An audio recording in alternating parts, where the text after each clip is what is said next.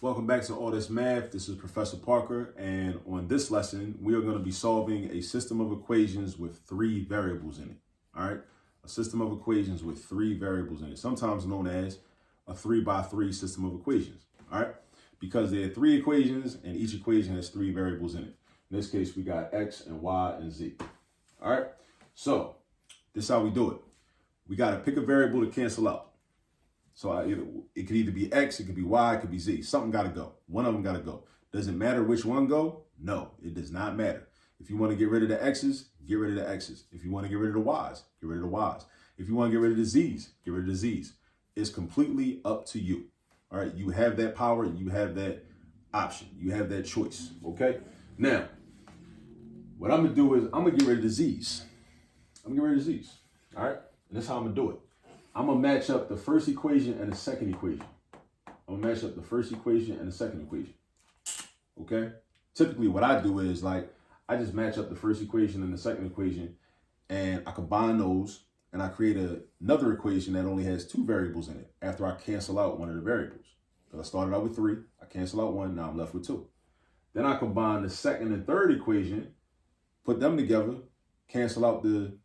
set it up so I can cancel out the same variable, and then I'm left with two equations again. So that's how I get my 2x2 system. Because remember, when you start out with a 3x3 system, your goal is to get a 2x2 system or to create a 2x2 system. That's your goal. That's your goal. And this is how we do it. So I'm going to put the first two together. So I'm going to rewrite the first equation. I'm going to rewrite the second equation. So I got 2x minus 3y plus z equals 13. Then I got x plus y minus 2z is equal to negative 6. I draw my line just to keep things nice and neat. Now I'm trying to get rid of these z's, right?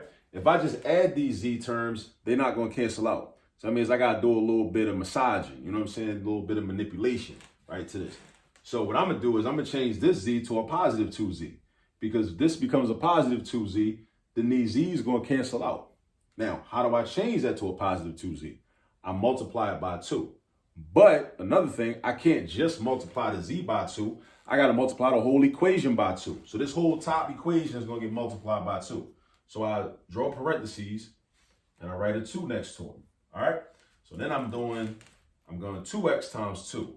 That's 4x. I'm basically using the distributive property. Then I'm doing negative 3y times 2. That's negative 6y. Then I'm doing z times 2. That's positive 2z. Then I'm doing 13 times 2. That's 26. The bottom equation don't change because it don't need to. Because remember, what are we trying to do? What we're trying to do is we're trying to get the z's to cancel out. That term right there is already a negative 2z. So if I change something in that, then my z is not going to cancel out. So just leave it alone. I don't need to change nothing in that bottom equation. I keep it the way it is. So I got x plus y minus 2z is equal to negative 6. All right? Then I'm going to add these up. 4x plus x is going to give me 5x. Negative 6y plus y is going to give me negative 5y. The z's cancel out. Over here, 26 take away 6 is going to be 20. So 5x minus 5y is equal to 20. 5x minus 5y is equal to 20. That's going to be one of my equations for my 2x2 system of equations. That's going to be one of the equations I'm going to use. That's one of them. All right. Now, I'm going to get another equation with two variables in it when I combine the second and third equation and basically do the same process I did up here, from here to here. Right? So watch this. And actually, let me put a box around this because this is important. I'm going to use this. All right. So now I'm going to have x plus y minus 2z equals negative 6. And then I'm going to have 3x minus y plus z is equal to 8. All right. Now, I'm trying to cancel out z's. So again, the z's will not automatically cancel out the way it's set up now. But if I multiply the bottom equation by a positive 2, I got the top equation stays the same. X plus y minus 2z is equal to negative 6. And then we have 6x minus 2y plus 2z is equal to 16. The z's cancel out. X and 6x is 7x. Y and negative 2y is negative y. Negative 6 and 16 is 10. That's our other equation. That's our other equation. Now, I ran out of space, so I'm about to erase all of this, right? But before I do that, I need these two equations. I'm gonna just put these up here in the corner real quick. 5x minus 5y equals 20. And then 7x minus y is equal to 10. Use them. All right. That's my 2 by 2. So that's my 2 by 2. All right. And then I'm going to solve for x and y using that 2 by 2. And we do every one of these problems the same way. Every one of them the same way. It's all about repetition. Repetition is what it's all about. Repetition. So I got 5x minus 5y is equal to 20. Then I got 7x minus y is equal to 10. All right. Now with this, I'm going to get rid of the y's. So I got a negative 5y here and a negative y here. I'm going to change this to positive 5y. By multiplying by a negative 5. And again, I got to multiply the whole equation by negative 5, right? So the top equation again, 5x minus 5y equals 20. Then we got negative 35x plus 5y equals negative 50, right? The y's cancel out. 5x minus 35x is going to be negative 30x. Then over here, we got 20 take away 50. That's negative 30. Now, if negative 30x equals negative 30, then that means x is equal to positive 1. Because if I divide this side by negative 30, since that's the opposite of multiplication, negative 30x means negative 30 times x, right? So I'm dividing by negative 30 to get rid of the negative 30. I'll also divide by negative 30 on the right-hand side, and that gives me positive 1. Because the negative 30 divided by negative 30 equals positive 1. So I got x equals 1, right? Now, I go back within this same system, and I solve for y. Pick either one of these two equations. It doesn't matter which one. Let's just say we pick the top equation, all right? So instead of writing 5x, I write 5 times 1 minus 5y is equal to 20, all right?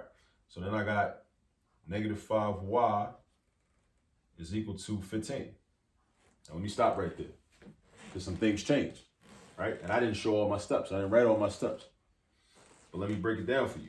This became 5. This became 5 because 5 times 1 is 5, right? So that became 5. And then I subtracted 5 on the left side, and I also subtracted 5 on the right side. So 20 take away 5 is going to give me 15. So that's why I got negative 5y, which was right here. See, that didn't change. That's still here. Negative 5y is equal to 15 now, because that became 5. And I subtracted 5 and I subtracted 5. Because in an equation, we got to stay balanced.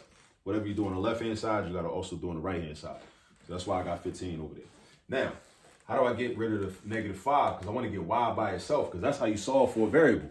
You get the variable all by itself, right? So what I'm going to do is I'm going to divide by negative 5, because that division, again, is the opposite of multiplication. Just like we did up here. We did division right here, because that's the opposite of multiplication. Boom, boom. So y equals negative 3. All right, so I got 2 of my solutions. I'm 2/3 of the way done in terms of finding my solutions. I got x equals 1, I got y equals negative 3. All right, now to find what z is, we got to use one of these equations from the original system. Now things are a little bit cramped down here, but what I'm going to do is I'm going to use this second equation right here. x plus y minus 2z equals negative 6. I'm going to use that. So I'm going to do 1 plus negative 3 minus 2z equals negative 6. So 1 plus negative 3 is the same thing as 1 minus 3, which is negative 2.